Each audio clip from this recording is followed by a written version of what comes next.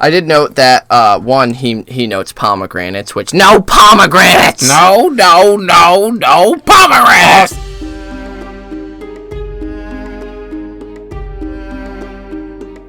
Oh, hey everybody, and welcome to another episode of Brotherhood Without Manners, your favorite full spoiler reread podcast of George R.R. Martin's A Song of Ice and Fire series, reading A Clash of Kings. As always, I'm your host, Zach. Sitting here next to me, my brother Nate. Hey, I'm Nate. That was me. He's a sleepy guy today. I didn't sleep good last night. It's weird. I don't like it. If you've joined us before, welcome back. If you haven't joined us, we are full spoiler. We talk about the whole series as a whole, so we'll ruin things for you, so go away now. That's your warning. That's all you're going to get. Okay, now that you've finished the series and joined us, welcome back. If you joined us for last episode, we were talking and reading Catelyn 5, and Catelyn was returning to River Run to find that Robb was in the west, winning shit at Oxcross and just decimating the Westerlands, similar to the way the Riverlands were getting decimated by Tywin. And Edmure had taken control of River Run, and he was planning on meeting Tywin Lannister full-fledged in the field. All them F's. Like alliteration. a dumbass. And yeah, Kath doesn't think it's a good idea, and is sending. They're thinking Roose Bolton's going to take Harrenhal, and He's removing the troops that Robb had placed at the Twins to keep Walder Frey in line. He's having them leave, so Walder Frey will be left to his own devices, and Kat's left to deal with the dick measuring of men, and just really wants to be there for her father when he dies. Yeah, and we get a little bit of Tansy talk from him. Tansy. No actual mention. No mention of Tansy, but we get the start of it with her little wretched stripling boy, yeah, and wondering who that is. As we know, full spoiler, it's Littlefinger. And so, yeah, we got some interesting discussion of that. This episode, we're going to be reading Dany 3, Going Across the Narrow Sea. Dany 3. Only the third for Dany. The 40th chapter of this book, and Dany's getting her third point of view. And so, last we left Dany, after making her way across the Red Sea, not the Red Sea, the Red Waste. The Dothraki Sea. The Dothraki Sea, the fucking shitty desert. She spent some time in Vaes Teloro and then was greeted by the three people from Qarth who escorted her to Qarth. Yeah, she moved on to Qarth and met Xaro Xhoan Daxos, Qarth, and the other motherfucker, Pyat Pree. That guy. Pyat Pree. And was welcomed to Qarth, the city of splendor, and she saw the walls that were all different carvings and everything seemed to be very surface level and very odd to her. She felt like she described Qarth as like a fever dream, and Jorah was just super against them being there whatsoever. So we pick up this Dany chapter as she is currently in a palanquin along with Xaro Xhoan Daxos, and she's pissed. She just finished up her little meeting with the council. The purebloods. But Xaro is not in the same mindset. He is just completely at ease, chilling in the palanquin. Yeah, he's pouring her some wine into a jeweled goblet as she is removing her tight silver collar, which was chafing, so she takes it off and flung it aside, which we learn the collar was set with an amethyst that Xaro swore would ward her against all poisons, which... Melisandre, anybody? You think it's real? Do you think it does anything? That's the question. Is amethyst hold some kind of power? Is anything real in Qarth? It is the fucking question. If you ask Qarth and Qarth. I don't think it is real, but I think that's where the idea comes from, is these red priests who do it. But yeah, so granted, the Pureborn were notorious for using poisons, which is why she was wearing it, but they didn't even offer her anything. Not even a cup of water. Yeah, she didn't get shit from them. They never saw her as a queen, only an afternoon's amusement, a horse girl with a curious pet. And Xaro had warned her as much, that they would never listen to a Dothraki, so she had even taken great care to go before them in the traditional Qarthine way, in a flowing green samite, which is silk, dress with one breast bared, silver sandals, and what? That's silk. Well, not everyone's going to know what samite is. Oh, okay. Jeez Louise. Oh. And a belt of black and white pearls. Yeah. And then we get a whole big description of who these Pureborn are. Yeah, exactly. Arrogant fucks. They're descendants of the ancient kings and queens of Qarth, and they basically, at this point, just command the guard and the fleet of Qarth. So they have sway over who's running the city and shit. But otherwise, they're just people who have been born into the role. Yeah, they had heard her pleas from their immense tiered wooden chairs, each fantastically carved, studded with onyx, amber, lapis, and jade, and each striving to be the most fabulous, yet the men in them seemed listless and world-weary. Yet, so much so that they might have been asleep. So yeah, they're old men who are just bored. They're fucking... Yeah, and she spent, like, days prepping for this shit, because she went around to all, like, the traditional temples and made offerings and sacrifices she was supposed to make in order to even get an invitation to speak with these people, who then just sat there and stared at her fucking dragon. Yep. It's all bullshit. It's all bullshit. She says, they are milkmen indeed. They never meant to help me, she thought. They came because they were bored and curious, and the dragon interested them more. And duh. That's actually all they like. They're all set. They have all they need to live. That's this whole city. That's why Xaro is here. That's why Pyat Pree's interested in you. And Xaro asks her, what was it that they said that broke your heart so? And they said no. And he says, well, what about the men that you bought? And she says, well, Mathis said nothing when Dello promised praised the way I spoke. The exquisite refused me with the rest, but wept afterward. And this is when we learned that Xaro had told her who to bribe and how much to offer each of these pureborns. And he just says, weep for the treachery of men. And she's like, I'd rather weep for the fucking gold loss, because that could have at least bought me something. So she asks, what if she sent Jorah back to demand the gold back that she had bribed them with? And he says, well, suppose a sorrowful man came to my palace in the night and killed you while you slept. Bitch. Yeah, he basically says, don't tempt them. Like, go ahead and take it back, but they're going to hire somebody to come and fucking get it back from you by killing you. So. Killing you dead. So we learn a little bit who the sorrowful men are there as well. And they're an ancient league of assassins. Known for saying, I am so sorry when they kill someone. I'm so sorry! I am so sorry! And so we also learn that Qarth is divided into 3 factions. The Ancient Guild of Spicers, the Tourmaline Brotherhood, and the 13, which Xaro belonged to. All 3 contended endlessly with the Pureborn. And brooding over all were the Warlocks, with their blue lips and dread powers, seldom seen, but much feared. She would have been lost without Xaro, which is an actual fucking word in the text, which makes my skin crawl, that she's so dependent on him in this city. She thinks she is. And, as rumors of living dragons had spread and people came to see her, Xaro saw to it that each one offered a token to the Mother of Dragons. Isn't $5. Doesn't she basically do that in Marine, but they just do it by choice? I don't think he exacted his tax. I think people are just doing it anyway. But yeah, she gets a ton of shit. But the only thing she kept was a crown from the Tourmaline Brotherhood, which was wrought in the shape of a 3-headed dragon, which is pretty cool. It's pretty sweet. It's a sweet crown. And Xaro wanted to sell that also, but she was like, nah, my brother sold his crown, their mother's crown. She refused to because he was known as the Beggar King. Mm-hmm. She will be looked at as a queen. Granted, she still is a beggar. And the weight of it made her neck ache, which I like. The crown, how heavy the crown is. And yet, she was a beggar still. The most fabulous beggar. And she hated it. She thinks she finally understands her brother a little bit, though. She hated it as her brother must have. Always running, pleading for help. No wonder he was so bitter and angry. And so she's kind of understanding a little bit as to why Viserys was a cunt. But she thinks it will do the same to me. It'll turn me angry and bitter if I let it. Yeah. And so she thinks of returning to Vace to Laurel, the City of Bones, to make the city blossom as she did before they left. I think that line is interesting, though, that everything, all this, doing what she's doing drove her brother mad, and it'll do the same to her if she lets it. Yeah. She might not.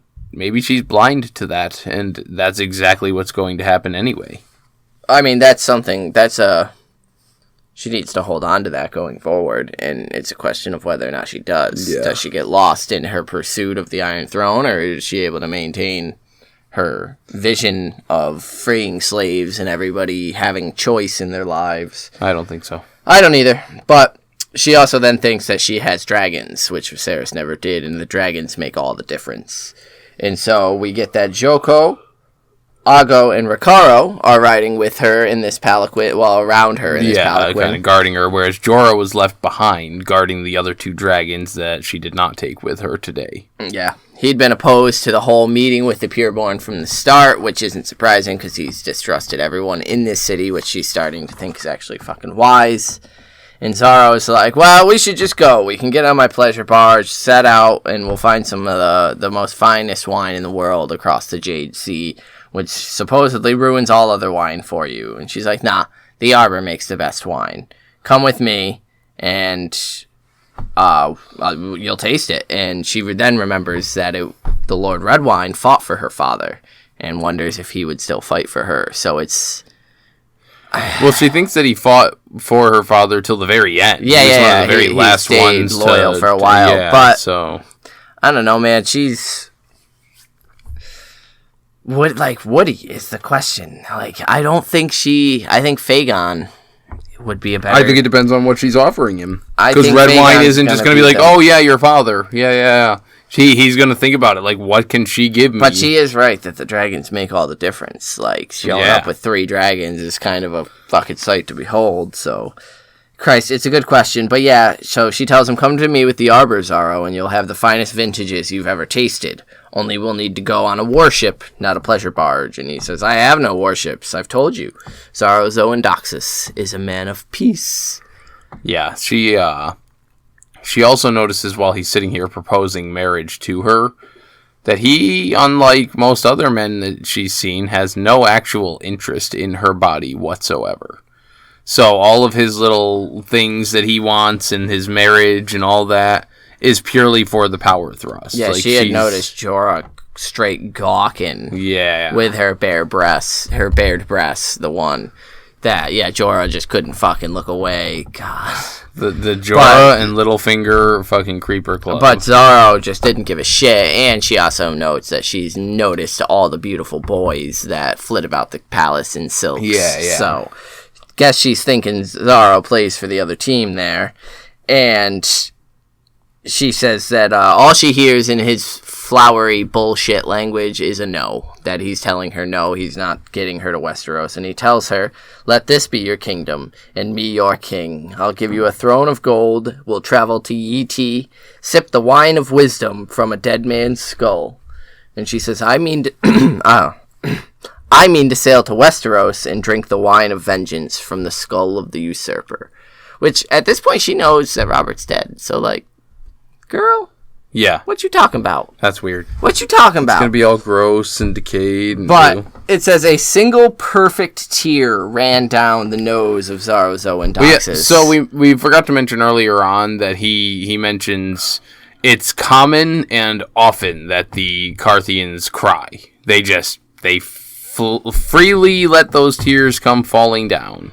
And that's why he asked her if she cried for the Pureborn, the one that they paid off. The Exquisite went and wept afterwards. It's what they're known to do. So I think that it's just this big mummer show that they're all well versed in. This is where I put my note of who the fuck is this guy. Because, like, Jesus Christ, he lays it on so thick, man. Yeah. He asks her why his sailors should give a shit who sits the throne of some kingdom at the edge of the world, and she says she'll pay them to care with the gift that she's been given from all the people visiting, or she'll ask the Tourmaline Brotherhood or heed Pyat Pree and go to the Warlocks. And that gets him because he kind of is scoffing off at the Tourmaline Brotherhood and the Guild of Spicers, but then when she mentions going to Pyat Pree, he's like, no, they got nothing for you, don't do it. Don't do it. I mean, I don't blame him. Fuck the Warlocks. Yeah, they're creepy. He says, Pyat Pree has blue lips. It is said truly that those with blue lips speak only lies. Heed the wisdom of one who loves you. Warlocks are bitter creatures who eat dust and drink shadows. They will give you naught, for they have naught to give. And she's like, well, I would need to go to the Warlocks if Xaro would just fucking give me what I want. And he's literally like, bitch, what more do you want? You got my house. You got my servants. I've given you gold. I've given you perfumes. I've given you dresses. I've given you this. And she basically almost even cuts him off saying, like, yeah, and I appreciate that. I didn't ask for any of that. This is what I asked for. Have you given me any of that? No? Shut the fuck up. I did note that, one, he notes pomegranates, which, no pomegranates! No pomegranates! Also, he notes that he's given her scrolls from Lost Valyria. Yeah. Which, that's an interesting little tidbit there. I wonder what's on those scrolls. But as their progression slows to a halt, and Jahogo tells her that there is a crowd blocking their procession, we are going to go ahead and halt. Khaleesi, small council meeting. It is known.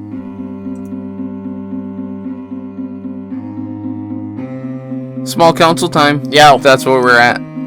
This is where we give out the socials. Socials. I'm stuttering there, apparently. So, if you have listened to us before, you know that we give inductees for each chapter. Wow. Maybe we should. I'm about to just start over. This is nonsense. This is wild. We'll do it live. We're doing it live.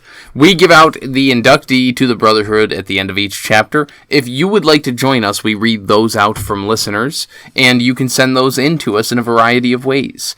Starting with our email. There we go. I got it. No, that's our fucking website. I'm fucking done. I quit. You can hit us up on, I don't know the email, so you can hit us up on Twitter. I'm on Twitter at Carstark92. Nate is on Twitter at Manners Without. That is also the Instagram. The email is withoutmannersbrotherhood@gmail.com. Woo! And that's all I'm putting in for the rest of this fucking this small council. All right. We also have a Patreon. You can find that somewhere. Patreon.com/withoutmanners. We have a website, www.brotherhoodwithout.com. We have a Facebook, facebook.com/brotherhoodpodcast. Please leave us a rate and review. We can have those spread anywhere. Currently, Podchaser donates 25 cents to... It's Meals on Wheels. Yeah. And that's also being matched by Libsyn, the company that hosts our podcast. And so leave us reviews over on Podchaser. Just search Brotherhood Without Manners. And thanks. All right. So I think that's it. Let's put this dead horse out of its misery. Blam. Done.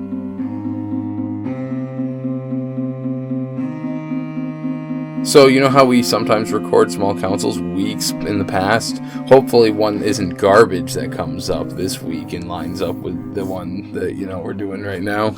Anyway, so there, Aggo goes, hey, Khaleesi, fire mage, throwing fire in the sky. She's like, no shit, let me see. He's like, you must. Yeah, it's fucking dope. Yeah, so he pulls her up onto his horse in front of him so she can see over, and she sees a fire mage who had conjured a ladder of swirling flame in the air, which stood unsupported, just going up into the fucking air. And Joko also points out the cut purses that are in the crowd. And she's like, I'm no lady. Like, I didn't need you to point them out. Yeah, she did run around with the Beggar King, and so she's seen plenty of acts and how they're supposed to distract the crowd while the actual the little thieves, the little fucking Oliver Twists are running around cutting the purses off of their belts. So yeah, the fire mage draws everyone's attention up, drawing the ladder up, and as everyone looks, the little cut purses go to work. And when the ladder stood 40 foot high, the mage began to climb, and each rung dissolved after he touched it, just leaving a small wisp of smoke. And when he reached the top of the ladder, the ladder was gone, and so was he. Nice trick. Yeah. That's good. It's no trick. So, boom, fucking Quaith appears. Yeah, Dany had not noticed Quaith in the crowd, but there she stood. And I actually am gonna just... He's got a quote, and so he's looking for the page. He found it. Yeah. And Dany's like, yo, what do you mean it's no trick? And Quaith says, half a year gone, that man could scarcely wake fire from dragonglass. He had some small skill with powders and wildfire, sufficient to entrance a crowd while his cut purses did their work. He could walk across hot coals and make burning roses bloom in the air, but he could no more aspire to climb the fiery ladder than a common fisherman could hope to catch a kraken in his nets. Dany looked uneasily at where the ladder had stood. Even the smoke was gone now, and the crowd was breaking up, each man going about his business. In a moment, more than a few would find their purses flat and empty.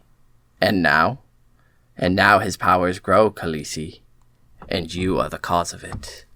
Dun, dun, dun. So, right there, Quaithe is saying, you're returning magic to the world. Yeah. And she goes on, Dany's like, why me? Yeah, and she's like, you are the mother of dragons. Yeah, before we go too far there, let's talk about some of the things she mentioned. She says that he was no more capable of lighting the dragon glass flame, raising the flame in the dragon glass.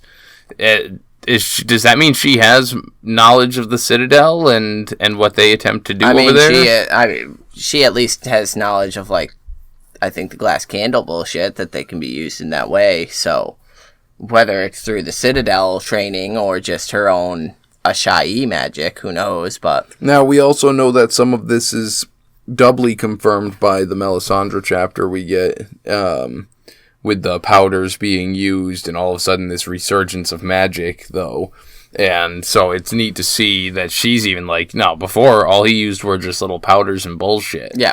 Who the fuck knows how he's doing this now? Yeah, I thought it was interesting that she calls it that he could only aspire to climb the fiery ladder, like it's like chaos is a ladder. Like he's climbing this, I don't know, the proverbial fiery ladder. It just sounds ominous? Not ominous, but like this is something that's spoken of. The fiery ladder is what us like fire mages hope to ascend. I think it's interesting that she's one of the first people to be attributing the return of magic to Dany, as opposed to everyone else would more attribute it to the comet. Yeah. And she's not mentioned the comet at all. She doesn't give a fuck about that stupid stone in the sky. It's what's happening here. Yeah. Dany asks how that could be. The woman stepped closer and laid 2 fingers on Dany's wrist. You are the mother of dragons, are you not? Is she taking her pulse here? And I know it's not something I should be thinking, but I was just thinking in the show how the Night King marks Bran. Yeah. And just this touch, especially because afterwards she mentions, she could still feel it and it tingles. Like, was she marking her somehow? Was she showing her that she has some kind of that power that she just spoke about before? Or is she just seeing if she's a fucking... Yeah, close? I don't know. I think there's something to it. She either marked her, as you said, or whatever. But Jogo brushed Quaithe's fingers away as Quaithe tells her that you must leave this city soon, Daenerys Targaryen, or you will never be permitted to leave it at all. And Dany's wrist still tingled where Quaithe had touched her, and she says, where would you have me go? And this is where we get the famous to go Quaithe, north, you must go south. To go east, you must go west. To touch the light, you must pass under the shadow, And she just immediately jumps on Ashai and asks, well, what is there in Ashai that I can't find here in Qarth? Truth. And then she kind of pushes herself away from Dany and vanishes after a bow into the crowd. Yeah. Now, Ricaro ain't having none of her hoodoo magic fucking wooden mask bullshit.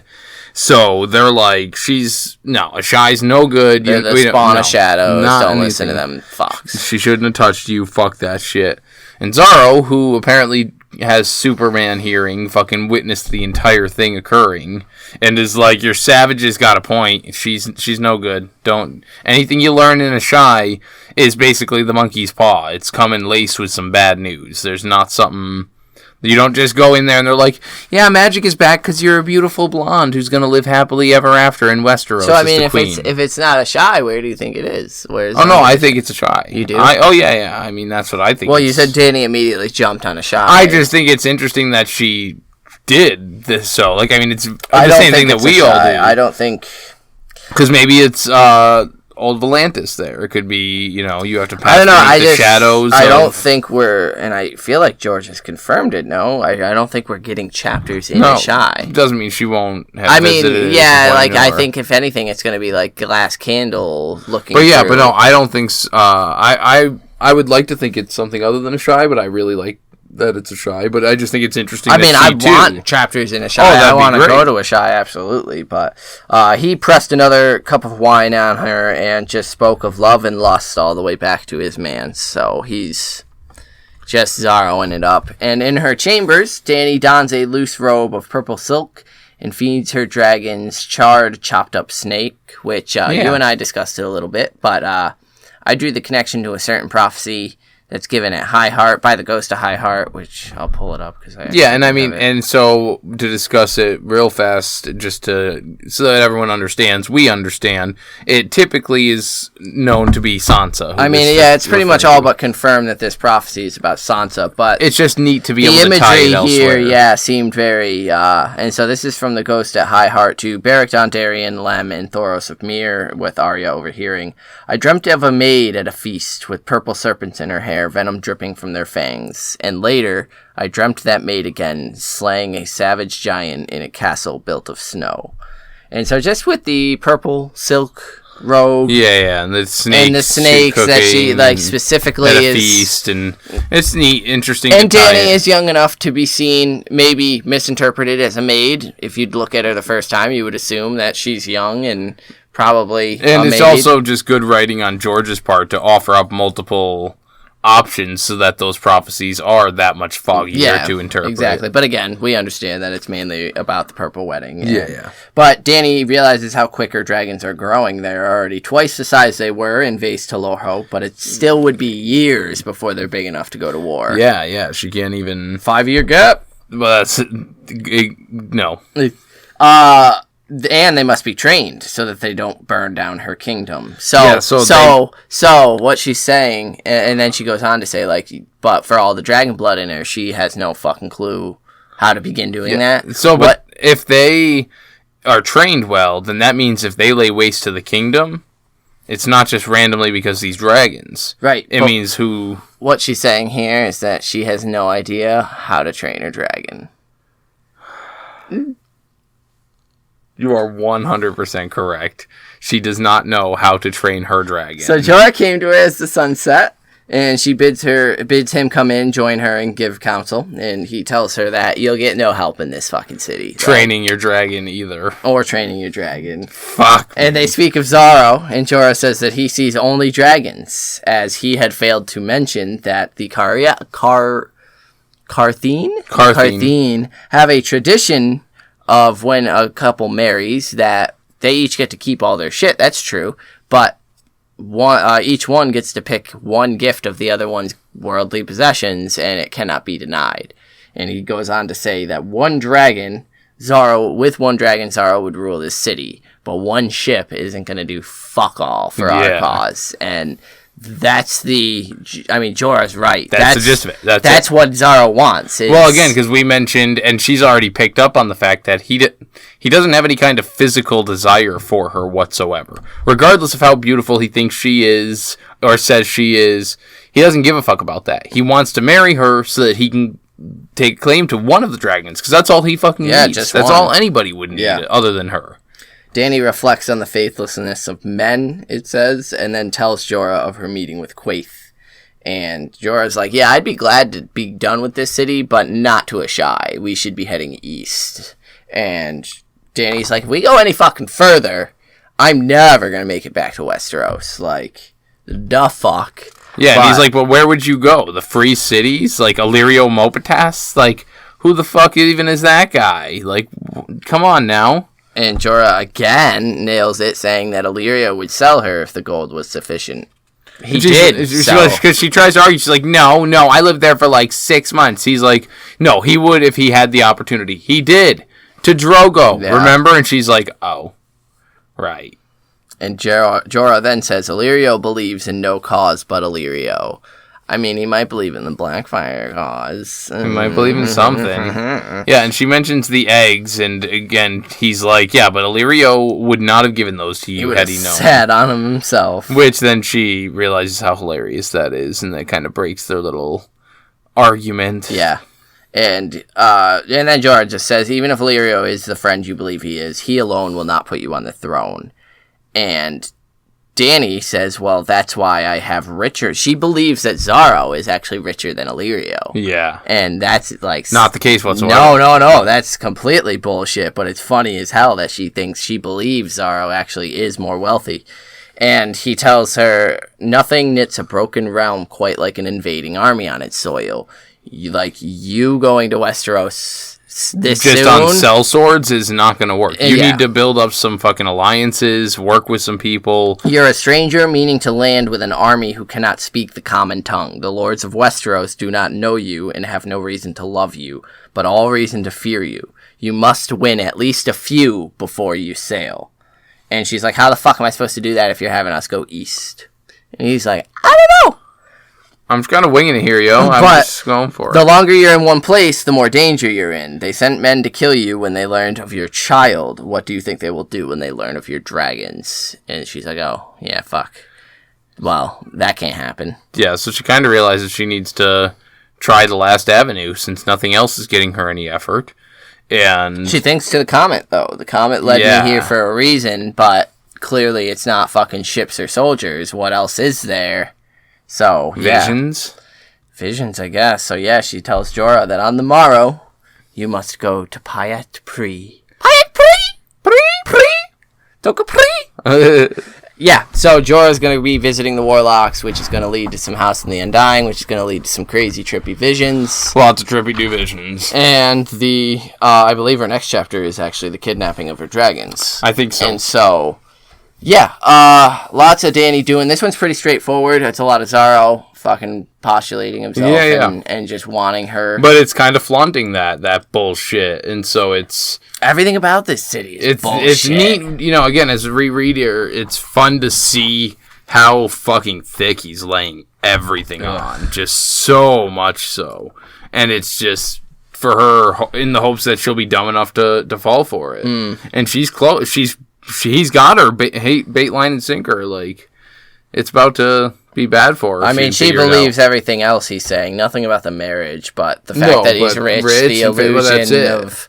But, you got an inductee for this chapter? Yeah, I'm going to give it to Ago, unless it was Joko. Whichever one actually stopped them at the Fire Mages. I think Joko. So Joko, because he's like... They weren't going to stop him. He's like, yo, that's a fucking fire. I want to see a fire mage. Hey, Khaleesi, you ever seen this? No, you should check it out. Yeah, I love that scene where she's like, yo, I want to see, and he's like, then you must. You must get out here. And he like drags, he does, and he gently helps her, but just the fact that he was probably the one that stopped it just because he wanted to check that shit out. Like a fucking limousine ride down hold up, what's this? I'm going back.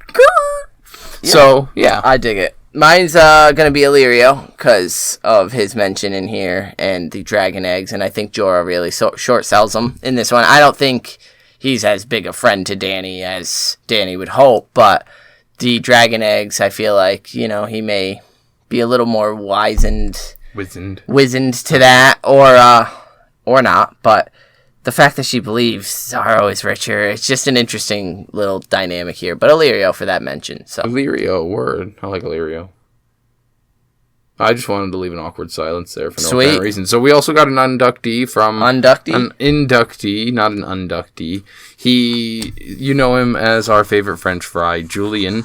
And Julian has this to say. Hi there, hope you guys are okay. We're well. So, Qarth has nothing to do with what the TV show made of it, and it is quite interesting. Truth. Also, I liked the prophetic intervention of Quaithe and the "to move forward, you must go back" line. For my inductee, what the fuck is happening today, man? For my inductee today, it is going to be Rhaegal. Not giving any reasons why. You could perhaps come up with your own reasons why baby Rhaegal would be a nice addition to the Brotherhood. Have a nice day, Valor de Harris. Because we like fucking dragons, that's why. Yeah, he also sniffed at that shitty wine. Yeah. He sniffed that out. I was like, yo, just drink some fucking horse piss instead. Yeah, the paranoid dude in me is like, yo, is he sniffing out some poison? What's he doing? Yeah. Mm-hmm. But, as always, Julian, thank you for your inductee. And so get us your inductees for next episode. We're going to be doing Tyrion 9 next episode. Followed by Davos 2. Followed by Davos 2, I think. Number yes. 2. And so get us your inductees for those. Tyrion is going to be in the middle of a little riotous situation. Yeah, and we're flying right through Clash of Kings. I think this is putting us right about, or if not just past halfway through it.